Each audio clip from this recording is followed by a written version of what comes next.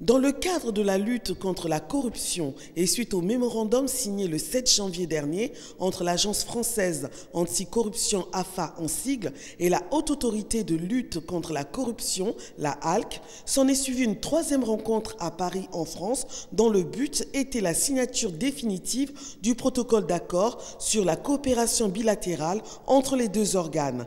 Sur la quintessence de cet accord, le directeur de l'AFA, Charles Duchesne, a répondu en ces termes. Le protocole est signé, définitivement signé.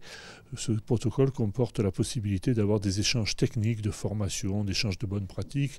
Et c'est déjà beaucoup, si vous voulez, parce que ça permettra à l'un et à l'autre d'avancer, de voir comment fait l'autre et de prendre le meilleur de façon à avancer. Et puis surtout essayer d'avancer un peu de la même façon, parce qu'on se comprend mieux quand on adopte des règles à peu près, sinon identiques, mais en tout cas compatibles. Ce protocole signé a pour but de rendre efficace la HALC dans sa lutte contre la corruption dans tous les domaines au Congo-Brazzaville, ce qui, selon le président Emmanuel Olita Ondongo, permettra d'établir des règles compatibles dans la mise en œuvre de sa feuille de route. La mise en œuvre de cet accord que nous venons de signer, c'est un accord de coopération bilatérale entre les deux institutions. Et nous appliquerons tout le contenu de ce que nous sommes venus signer ce matin.